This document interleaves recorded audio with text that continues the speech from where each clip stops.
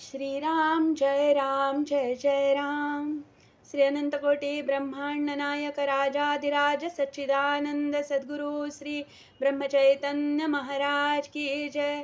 जय जय रघुवीर समर्थ. श्रीराम.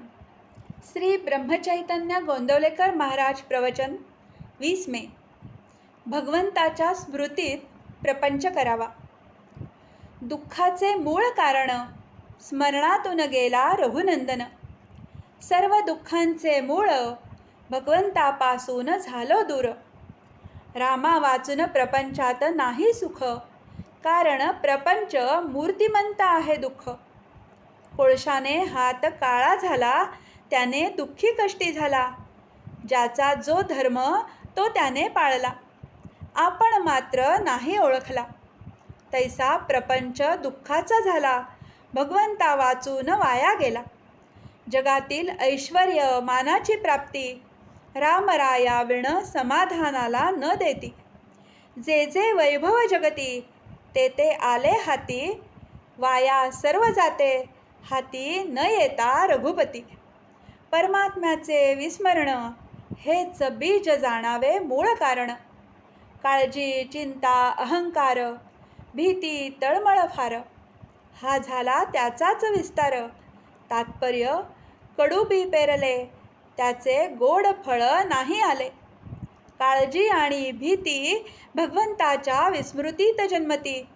म्हणून प्रपंचातील लाभ आणि हानी परमात्म्याला दूरच करतील दोन्ही. व्यवहार सद्वासना सदाचरण, लौकिक संतती संपत्ती शास्त्राचे मनन, सर्व काही रामाविण वाटे शून्य. संतती संपत्ती लौकिकाची प्राप्ती, सर्व वैभव जरी आले हाती, तरी रामाविण आहे फजिती. प्रपंची ठेवता दक्षता, न विसंबे रघुनाथा. तोच प्रपंची सुखी जाणा. प्रपंच करावा सर्वांनी जपून, पण रामाचे स्मरण राखून. सर्वस्वी व्हावे भगवंताचे, मी माझे सोडोनी साचे.